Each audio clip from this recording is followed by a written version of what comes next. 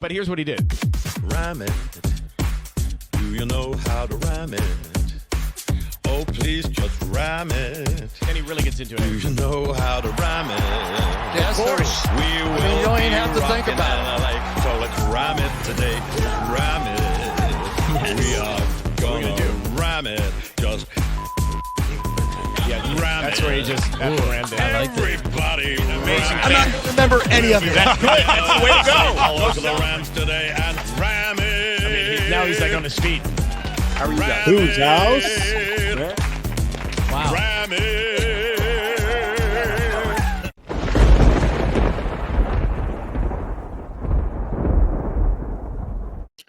Hey, everybody, and welcome back to another episode of Rams Brothers, the pod. I'm your host, Dean, and I'm joined by my brother and the other host of this show, Nick. And Nick, we're previewing a 3-6 team and a 3-7 team. How are you tonight? Oh, man. Another lackluster team these Rams are probably going to lose to. I hope not. I'm good. I'm just, trying to find some hope in these misguided times. When we started talking before the episode started, it seemed that you have a very, very angry aura around you. I don't know if it's work related, if it's Rams related, if it's, it's life right You felt that. You felt that through the screen? I felt it through the screen, and I just, there's a brother to brother connection, maybe just a chance to get stuff off your mind before we even jump into the episode. Well, Dean, I'm going to be honest with you.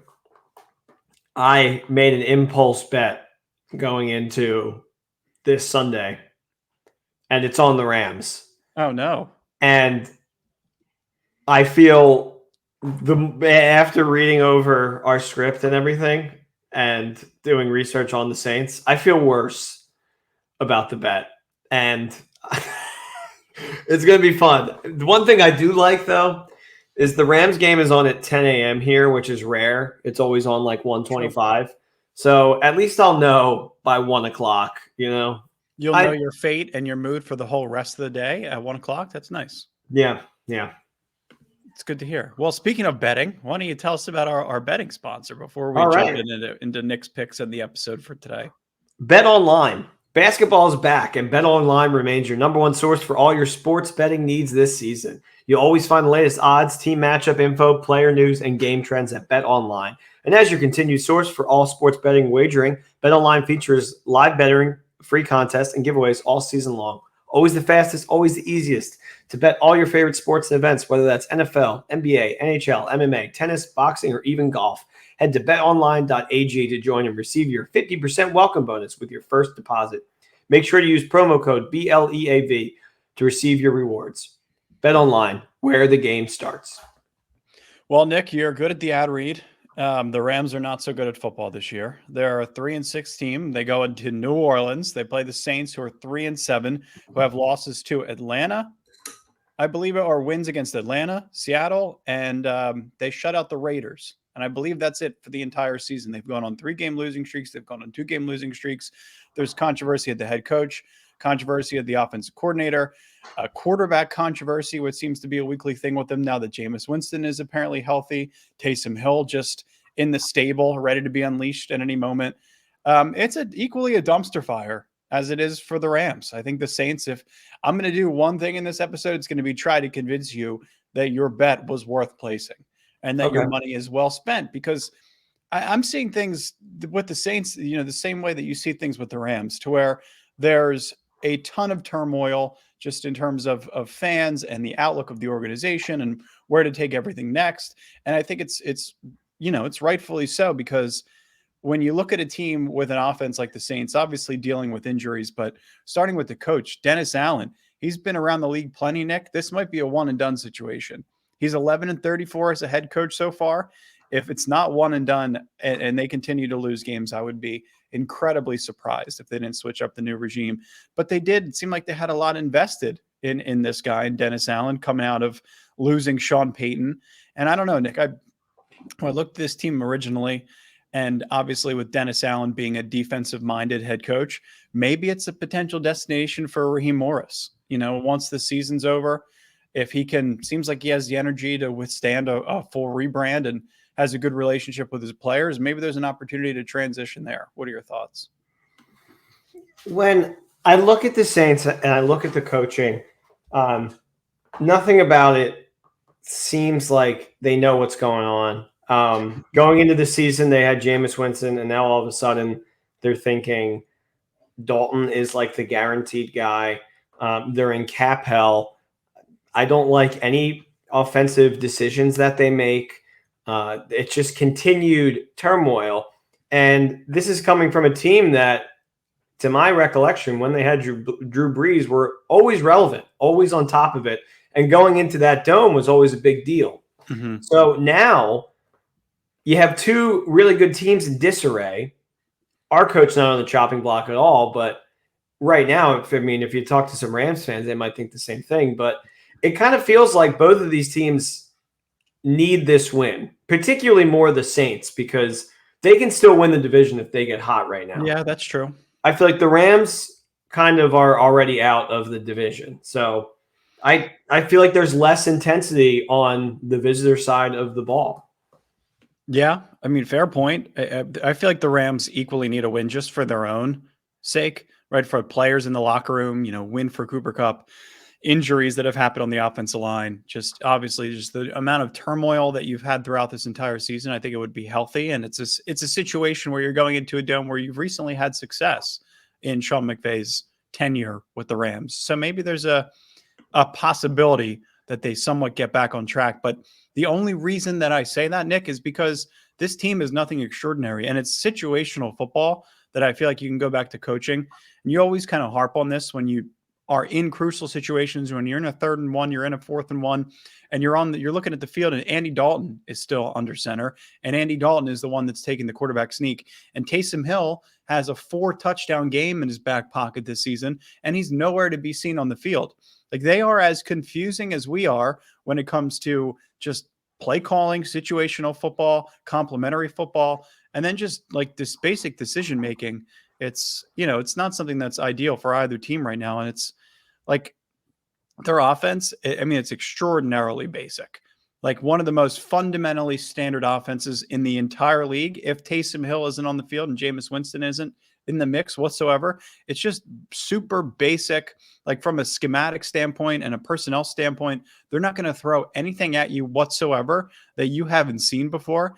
And with no consistency at quarterback and just having 12 interceptions on the entire year between Dalton, Taysom Hill, and Jameis Winston makes me think that this bend don't break defense has a possibility to be able to create a turnover and swing this game in favor of the Rams. Yeah, I think Taysom Hill, for some reason, I feel like it's all going to click this week, like he's going to get out there and he's going to like rush in for like 3 touchdowns and all of a sudden they're going to use him the right way. But a lot of it hopefully doesn't rely on our defense, and we can actually see some like fun offensive drives. And I don't think their defense is really that scary. So there's a chance where, our defense can get to Andy Dalton, who is the confirmed starter, and we can kind of have a little fun out there. And that is why my heart was in that bet originally.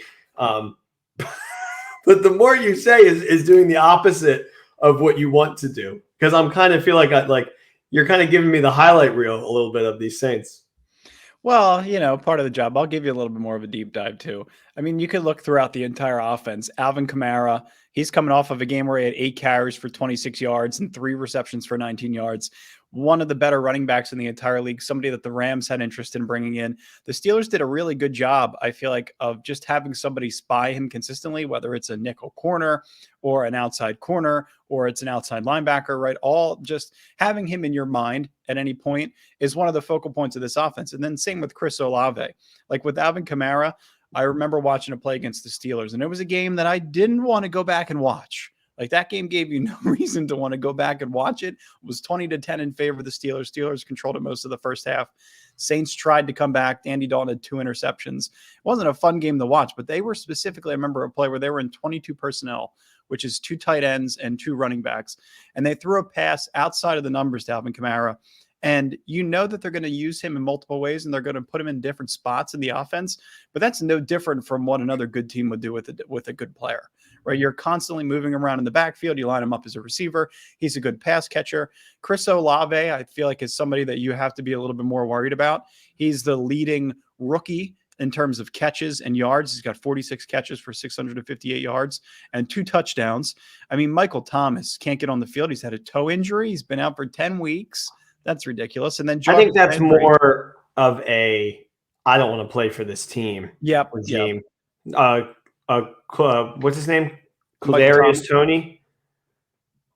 No, Kadarius Toney. Kadarius Toney, like a very similar situation where it was like, I don't want to play for the Giants, and then as soon as he got traded to the Saints or the Chiefs, the guy's all on the field and making like huge plays. So that's what I think the Michael Thomas thing is. I mean, I think he wants to be on like a contending team, and this is kind of the way he's doing it, which I think is a little pathetic. But the toe injury, you know what I mean? Yeah, I mean, I would think that he's a player that should be, that should have been in the market before the trade deadline happened. Like, and you would have thought they would have kind of sold the farm with even some of their defensive players, but I guess they still feel like because they tried to reorganize everything this year and because they've dealt with so many injuries on both sides of the ball, that they're going to keep giving it a run. But like Michael Thomas doesn't want to play for that organization anymore. It seems like Juice Landry was out last week. He could play this week. I mean, their receivers are very, very limited. It's more so of their tight end, Juwan Johnson. He led the Saints with 5 receptions and had a team high 4th touchdown receiving of the season last week. And Johnson has touchdown catches in 2 straight games. And he's one of the 4 tight ends with at least 4 touchdown catches in each of the past 2 seasons. So there's their threat, right? You're going to go Chris Olave, Juwan Johnson, and Alvin Kamara. And I don't see anything else on the entire roster. In crunch time, they're going to players that don't have big-time receptions, that don't have big-time catches. And it's just, that's Andy Dalton, making mistakes late in games, throwing for 172 yards and 2 picks. The third down rate's terrible. They were 3 for 12 on third down against the Steelers. And, a lot of credit to the Steelers. They had a good game plan, but they're not a team that should be winning by 10 points. Like, have you seen a 10-point spread in favor of the Steelers once this year? I know. I was so shocked because that was a game I didn't watch. So I kept refreshing my phone. I saw the Saints climb their way back into it. And I was like, oh, they'll take over now. Like this game was even money. The Saints just kind of are like a better run team right now. And then I doubted Tomlin. And then all of a sudden the Saints are up 10 points. And I'm just like, I don't know. I don't understand. Like there's so many playmakers on this roster and you're not really doing anything with any of them. Like I think their best bet truly right now has to be either Jameis or Tatum or Taysom. If you're a fan, then wouldn't you rather see those 2 guys over Dalton on any given Sunday? I don't know how you can legitimately have Dalton out there and think you're going to win. I mean, maybe against this Rams team, they figure it out, but he can't oh God, I was watching the highlights and I barely saw him complete a pass. I know. I mean, he's not a good quarterback. He's not even a good backup. This is why I just don't want to see them lose to this team because it would be really demoralizing. And I know it's the year after the Super Bowl, but this is the team that you have to beat right now. And you have, like you said, you have the history over New Orleans where you went in there and they probably still hate us, but you go in there and you win that NFC Championship game, like Goff's best game ever. And now here we are coming back and we're a completely different team. Well, I mean, and you don't have anything from 2019 on the Saints either, right? All the core players from that team are either gone or they're, they have players like Chris Olave. I think Kamara is one of the only players that's still left on that roster, and Cam Jordan, if he was even there at that point. So, yeah, a lot of turnover, but it's kind of the same thing that the Rams are dealing with, even from like an offensive line perspective. Andreas Pete, he has a tricep injury. He missed last week's game. He hasn't practiced all week, didn't practice today. Left tackle James Hurst, he was out with a concussion, didn't practice today, isn't practicing all week. He's going to be out. So their entire left side is injured, and they have a revolving door on the left side of the offensive line the same way that we do. So it's one of those situations where, yeah, it's, you might not be able to carry over some of that emotion from previous weeks, previous years. But in a situation where this Rams team has lost 5 of their last 6 games, I have to think that they're the more desperate team going up against a team that can't even figure out, what the best decision is at quarterback. A player that, if we lose to this many backup quarterbacks, you lose to Cooper Rush, you lose to Andy Dalton in the same season, it's only a matter of time until things explode internally. And I don't think that they could afford a loss. They may actually be the more desperate team this week. Well, when it's desperate versus desperate, who's to say, really? Yeah. Like, I feel like anything can happen. It's two people that are dying to get a piece and will kind of do anything. I just think that the Saints being at home are going to bring more energy. Like last week, the Rams were home. They brought zero energy to that game, like none. And the Rams crowd, no offense to Rams fans that went to that game, but they were not in it either. And who's to blame them? Because they're trouncing out a quarterback that shouldn't even be in the league. And you could argue the same thing for Dalton, but these Saints fans have a lot of pride, and they're going to be there, and they're going to be loud, and they hate the Rams. They hate Sean McVay. Yep. So you have to give the edge to them. It's why Vegas has them at -3. But yeah. I hope that we can see some stuff on offense without Cooper Kupp. I mean, once we get into our offense, you're going to see that everything that we have ran through Cooper Kupp. So it's going to be really difficult, even with their defense, which isn't that great, to kind of put things together. Yeah, their defense is shaky and good transition there, Nick. The Steelers, just in general, this past week recorded 28 first downs against the Saints. That's their most since 2018, week 2 of 2018. 28 first downs against the Saints. I mean, imagine if this Rams offense comes in here and is able to accomplish half of that, right? I think we would all be somewhat happy. And, who fills into the Cooper Kupp role? Is it Van Jefferson? Does he step into the slot? Does he run, 80% of Cooper Kupp's routes and Robinson runs the other 20? And then the other 80% of his routes are based on what they've been running with him over the past 10 weeks. Do you get Brandon Powell more involved? Do you get Tutu Atwell involved, Ben Skoranek, Lance McCutcheon?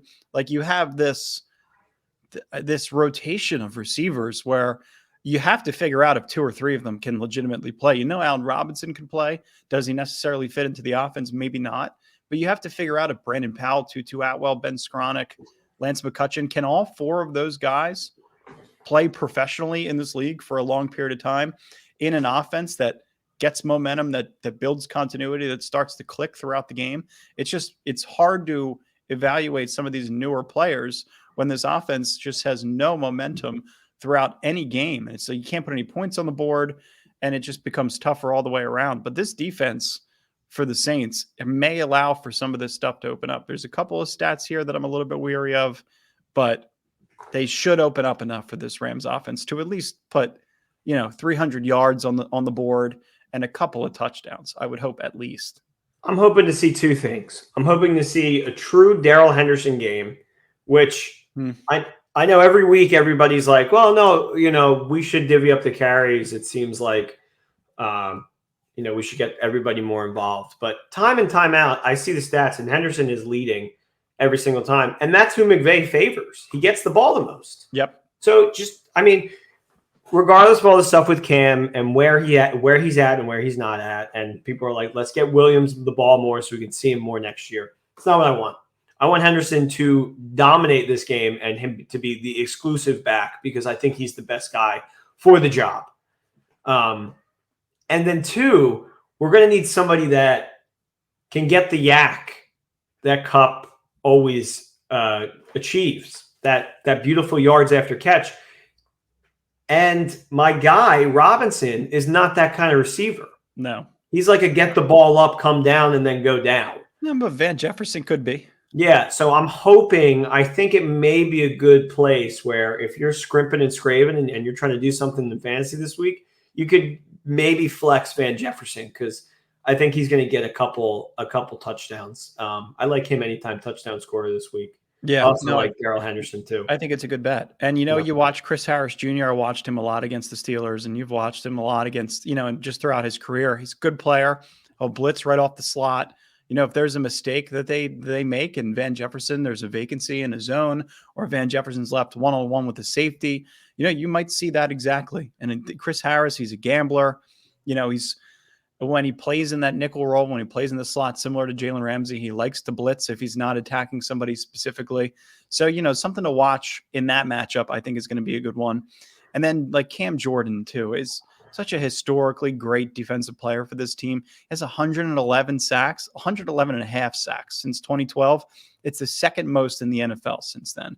And then Demario Davis. Yeah, Cam Jordan. He's the guy, Nick, that if the season was going the way that we had initially expected it to go, and they were, 5-4 at this point, or 5-3, or they were just in a better position where it felt like they could still win the division, could still potentially make a playoff push, that would be a guy that I would want to fill the vacancy of Von Miller, because he's one of the only guys in the league that has that type of game-wrecking ability and has that level of professionalism, and he's a veteran, and he's won before, and all of that goodness that comes with a player like that. You think eventually they're going to get shipped to a Super Bowl winning team or a team that's of that caliber. Didn't happen this year, but I feel like he's one of those two guys on this defense. And then Demario Davis too. He has a tackle for a loss in 7 of his past 8 games. So as a linebacker, and I think they also have another player.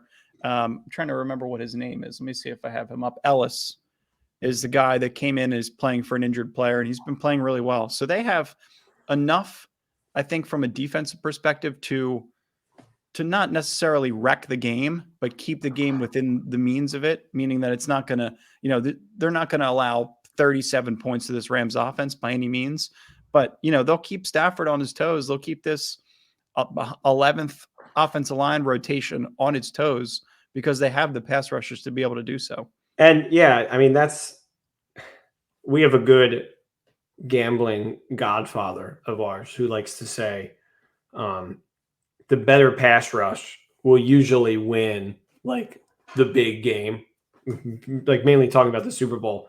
But just in general, like if you use that strategy as a gambler, you're going to win a lot, because if you have a great pass rush, the quarterback's not going to be able to get the ball out. The running back's not going to be able to run. The offensive line isn't going to be able to block anything. And that's what scares me most about this team. When I was reading through this before we started, was all these, these big DeMarios of the world. They're going to be getting in there and hurting Stafford. And this is somebody that's coming off concussion protocol. Yeah. So if he gets hit hard enough in one of these, he's out. We see freaking Wolford trouncing back out. And then, the entire season is down the toilet. Not to say that it isn't already, because it kind of is, but it's really not over till it's over. It's about how you finish, right? Yeah. And I still believe that there are people in that locker room that believe that they can still go far. Well, there should be. I mean, there's so much football left. They have so many weeks of football left to where if they could string some wins together, they should. I mean, you can get back to 500 and the whole season resets from there. You just have to win 3 straight. Not an impossible task. No. I mean, you got Kansas City coming up. You can drop that one, but you got to win every other game. Yeah. Kansas City might be tough. Yeah, I mean, you're looking at players too. PJ Williams is a good player, cornerback. He had 11 tackles this past week. David Onyemata, he's 3 straight games with sacks. So, I mean, yeah, you want to keep Stafford as healthy as possible. Like, they were missing Marshawn Lattimore, Marcus Maine, Peter Werner, and Marcus Davenport against the Steelers. So if those are 4 guys that can't go in this game, they're missing half of their defense. They're missing half of their important players, impactful players on defense. And, you're going with a lot of backups here. And even in free agency, I was watching the game. Was it Washington and the Eagles this past Monday night? CJ Gardner-Johnson, another interception. He's got 6 on the year. He's a former Saint. Those are players that you can't necessarily afford to get rid of. And then, when it happens, turnover year over year, you lose a guy like that, and it impacts your whole team.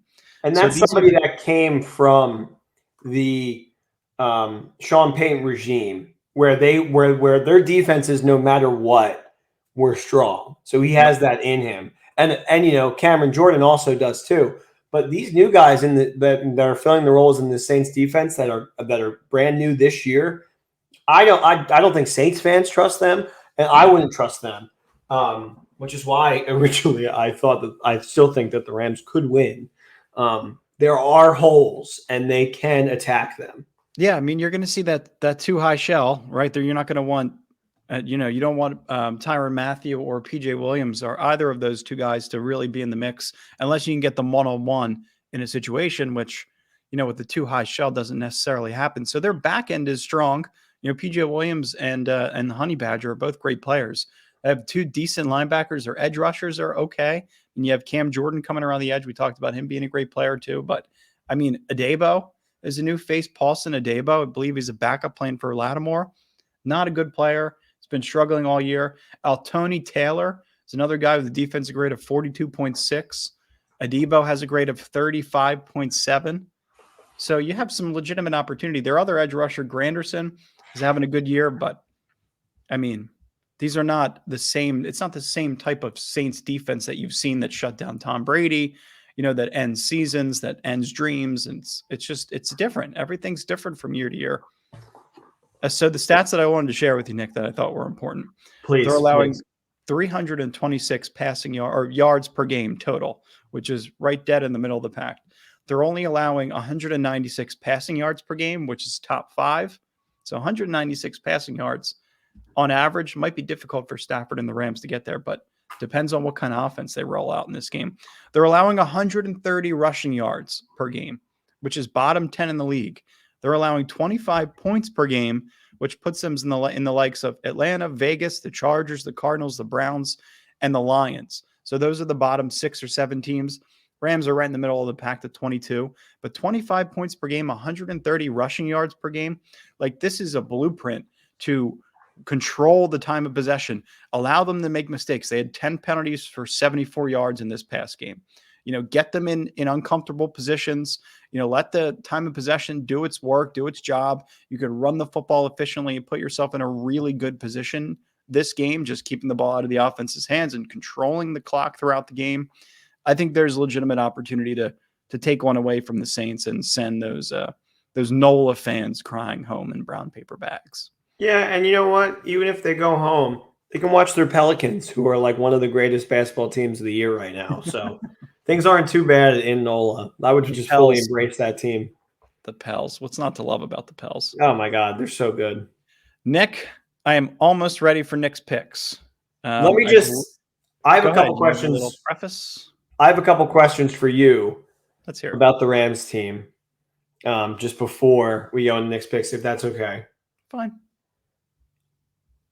Do you legitimately think they have a shot to win 3 in a row right now, put together some kind of package to get us excited? Well, who are the next 3 games? Saints, Chiefs, Seattle. No. You think it's done? I'm not. No. I haven't seen enough from this team. Even if you get a win against the Saints, you win the game 27-13. I don't think there's enough that they could put together that would lead us to believe that they're going to beat Kansas City and Seattle in back-to-back weeks. Is Kansas City on the road as well? Yeah. Or is Seattle? Kansas City's on the road, Seattle's at home. Mm-hmm. Yeah, that's going to be really difficult. So no, I don't think that they find their way back to 500. I think maybe as the season progresses, you got the Raiders down the stretch, you got the Chargers, you got the Broncos. You might have some luck getting back to 500, but I don't think I believe in this team. They haven't given me any reason to believe in them. No, they haven't. And then follow-up question, if the Saints win, do you think they could make a run and win 3 in a row and kind of be on top of the division? No, because I just don't think that they're good enough up front. Defensively, I think their front is good enough. Like, I think that they could potentially win games if their offense does what we want the Rams offense to do, right? Like, the Rams defense is allowing 22 points per game, but how much of that is on the offense? If you have a high-flying, high-scoring offense with the Saints, and, Taysom Hill has 4 touchdowns, and Jameis Winston is playing well on all other snaps, and Chris Olave is doing his job, and Juwan Johnson looks good. Alvin Kamara is clicking. Yeah, but from an outsider perspective, we haven't watched all 9 games of the Saints, right? Like, there's no faith to be had in the Rams' offense right now because we've been watching them so closely. But from an outsider's perspective, you would say, well, Allen Robinson and Darrell Henderson and Cam Akers and Cooper Kupp and Tyler Higbee. Like, they could click at any moment and they could go on a run, but it's just not based on the health of the offensive line, which is what the Saints are dealing with similarly. I don't have faith. No. Those are exactly both my answers as well to those questions. And I was going to try to retort with you and give you a rebuttal if you were going to be on on the opposite side, but I couldn't even. No, I can't. And the Saints game is not going to give me any type of. If they go out and beat the Saints and then they beat the Chiefs, I'll be fully expecting them to beat the Seahawks as well. Yeah. I just think right now, I mean, if I only see this game going two ways, and both ways are kind of scary. One of them just being the Saints just blowing us out, and then the other being us blowing out the Saints. I feel like there's like you're going to turn the game on at like 10:30, and it's going to be 14-0 one of the teams. I just kind of feel it in my plums based on how both of us have been playing. So hopefully it's in our way, and I think the Rams are kind of just one game away from, if they can get hot, just like present a good portfolio, I think that you can kind of convince yourself that they can go far. But for some reason, maybe it's because I placed the bet, I think it's the Saints that are going to be doing well. I feel the pessimism from this year. No, I appreciate the optimism. I think it's necessary. And it's definitely, out of the next 3 weeks, if you're looking at this game, Kansas City and Seattle, this is the one where you have the faith.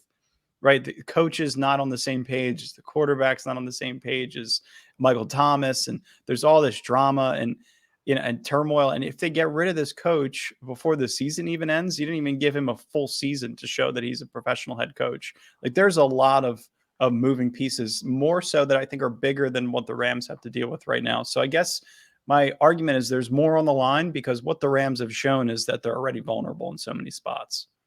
Okay. The Saints are like one domino away from completely blowing up the whole organization. One final question. Who gets fired first? Is it Josh McDaniel, Nathaniel Hackett, or Saints coach Dennis Allen? Oh, man. I'm going Josh McDaniel. Okay. Good answer. Good answer. Well, it's tough because Dennis Allen and Josh McDaniel are both first-year head coaches. Well, so is Hackett. And so is Hackett, right? So I guess that's why. Maybe I would parlay all of them into making it through the same year. I don't think. I think they're all out by the end of this year. I think what they're doing in Denver is a tragedy. But anyway, yeah, I do too. All right, I think I'm ready for next picks. I got that theme song loaded. I think we just have to take a quick commercial break. Why don't you hop right into this ad read, brother? You got it. So Liquid Death. I'm not sure if you've heard of Liquid Death. If you've been listening to Rams Brothers, the pod, you've heard of Liquid Death. But there's a new water brand out there. And if you didn't hear of it yet, you should go into your local retailer and go out and pick out a tall boy. It really just looks like a mountain spring water. It's available in still, sparkling, and 3 flavors. And that's because that's all it is. It's a sparkling spring water. It's a mountain spring water that you can find on the shelf right next to water, Gatorade, Propel. It's Liquid Death. There's something about drinking water out of a can. To me, it's insanely refreshing. My friends all agree. My family agrees. Sometimes I fool my mother, my grandmother, when I have a big cold can of Liquid Death, and I take a sip of it, and they're like, "You're drinking a beer at 2 o'clock on a Tuesday?" No. It's just a Liquid Death. Go get a Liquid Death at your local Whole Foods, Ralph's, Albertsons, Vons, or 7-Eleven, or find a Liquid Death at a retailer near you with the store locator tool at www.liquiddeath.com/LAFB. Here is the promo code. Make sure to type that in, buy it, mention us to the guy who checks you out. Hey, you ever hear of Rams Brothers? No, I haven't. Well, I have a sticker here. I'm going to put it right on your cash register so that they can look at our faces all day. Yeah. I don't know why you suddenly got a Brooklyn accent in there when you said mother and grandmother, but sometimes it just happens. I'm just trying to keep it fun. Well, good. Speaking of fun, great transition, Dean. Great transition. Great, thanks. Let's get into Nick's picks. All right. I think I have a song teed up. Not that you don't play the song. Oh, right. It's not me. It's the producer. Tell the producer. Okay. Don't play it yet, producer. So Nick's picks. we're kind of scared of this week. We do not love what we see, so we're encouraging you to go low. But we're hoping the optimism that I had when I placed my Rams bet ticket can fill us into a fun-filled Friday. So let's run into this new theme song, hopefully to cure our Sunday scaries from last week. Producer, that is your cue.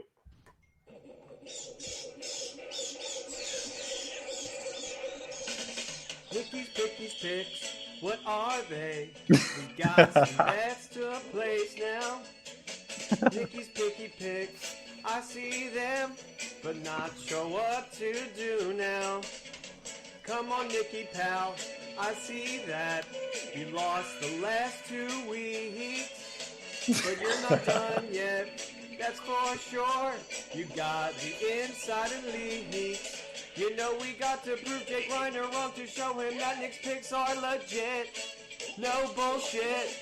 Now, Dave, if you take this picks, you're gonna have yourself a treasure chest filled with zest. This is too good. Nicky picks. Here I am. I'm ready and I'm willing to drop all my money on these picks. Just please don't tell my girlfriend. Oh man, producer, cut. Don't play it again. Oh my God. It was a Here I Am sunny day from Mario Golf that really just set me off. These deep cuts, man. If you know my brother, he is the king of deep cuts, and Sunny Day from Mario Golf will always be number one. I wrote that line, and it took me like 20 minutes to find the clip of Sunny Day saying, "Here I am."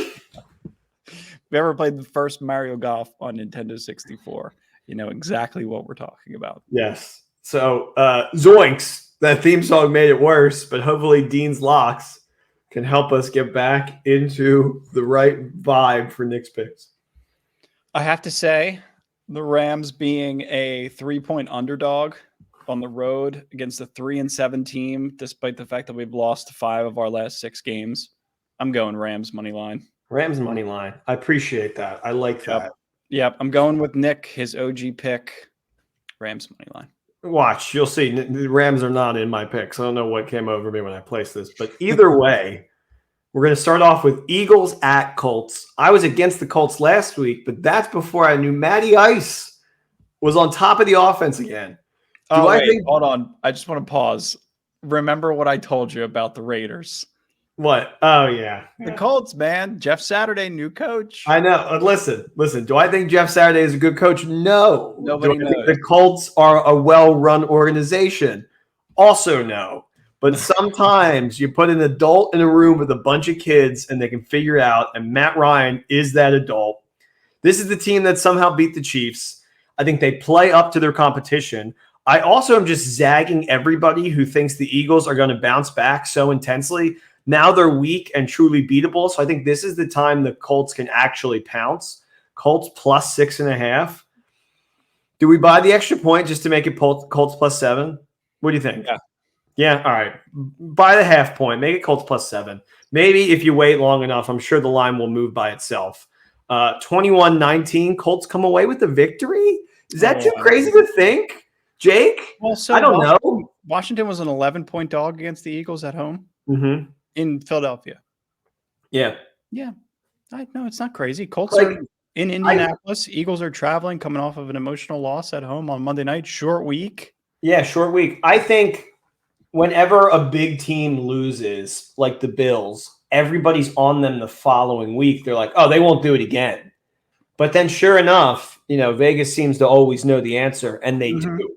So I think Colts plus 7 is just a solid pick. And then let's run it into Raiders at Broncos, Dean. Deal. Okay. Broncos money line, Dean. I'm not done on the Broncos. I can't be. I can't do it. Any other team, I would bash you for it, but Broncos over Raiders, take the money line. Yeah. I mean, did you know that if the Broncos were able to score 18 points, they'd have 7 wins this year? I can't give up on this good of a defense. And on the other side, Josh McDaniels sucks. Derek Carr is crying because his team is losing. Never felt like a Raider to me, Derek Carr.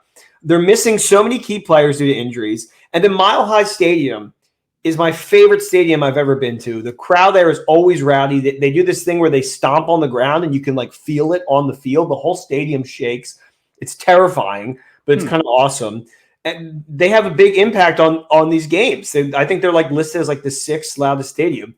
I'm waiting patiently for Russ to start cooking, and I'm hoping it's this week. Muppet Melvin Gordon going out there, and I'm thinking he's going to score a touchdown for me. And I might put that as just a separate pick. And all will be right in the world. 17-12, Broncos win it. Easy under 41 cashes as well. That's going to be added onto the picks.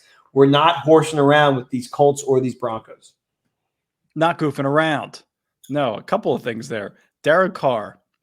I mean, we're crying and saying that people have to, like, players have to take sleeping pills or whatever he said to put themselves to sleep. The things they have to, like, it was just the weirdest. Yeah. I never want to bet on that team again.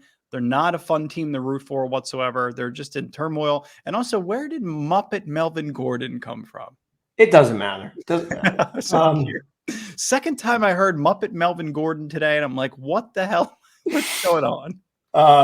Also, just a little added spice. It's a divisional game, and the Raiders beat them the first time, and I don't feel like they're good enough to beat them again. They'll probably split.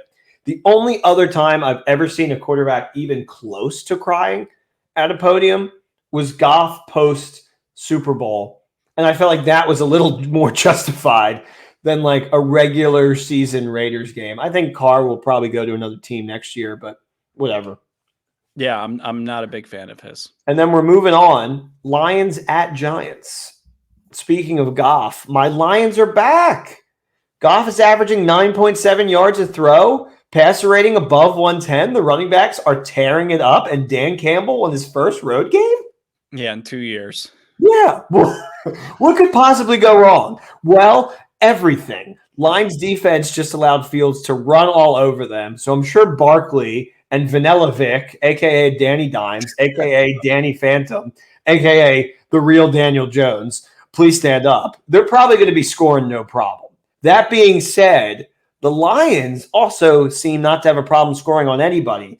I think it'll be close. I think it'll be high flying. I think it'll be the game of the week. Goff over 1.5 touchdowns.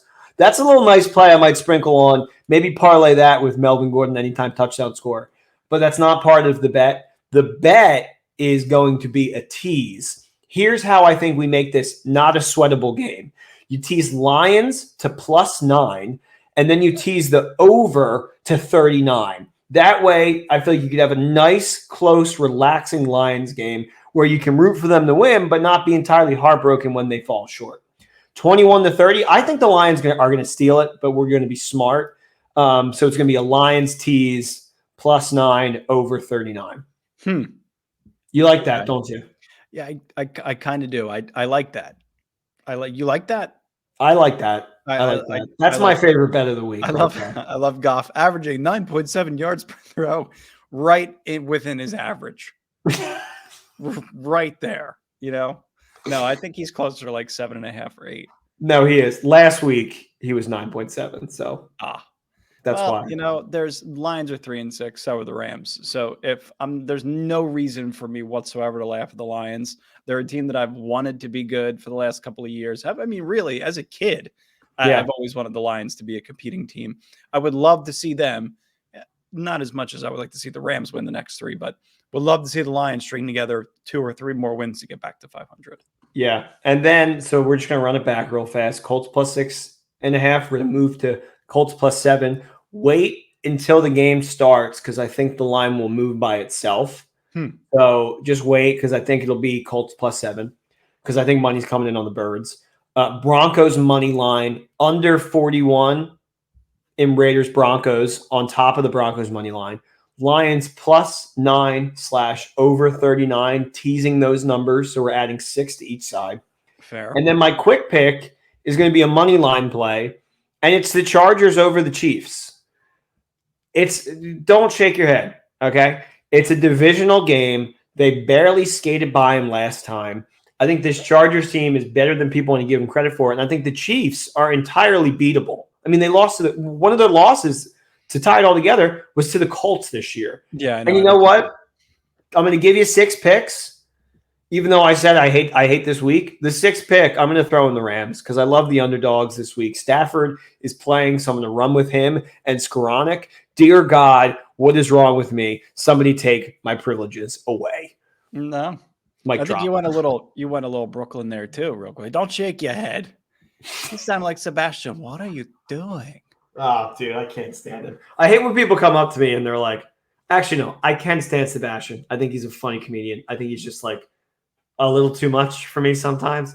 But people come up to me and they're like, oh my God, you would love Sebastian Maniscalco. And I'm like, I want him to dial it back a couple notches, but I do think he's funny. So that's props. like the one way to get Nick to not like something is What? talk about how great it is and how much Yeah. you would like him specifically. Don't tell me how much I'm going to like something because that's going to Because make me. Nick will take it as personal offense. You don't know me. Yeah. You don't know that I'll like him. Yeah. Funny story. Dean told me before I met my now girlfriend that she was going to be great and I'm going to love her. And I was like, I don't think so. Yeah. Well, that's what every great relationship starts with is you'll love them. No, I don't. Yeah. You know, but it works. Yeah. It works. We've both developed a Brooklyn accent by the end of this episode. I think I have one more thing to show the fans before we go. Nick, are you okay with me pausing the pod for a second and just showing this quick clip?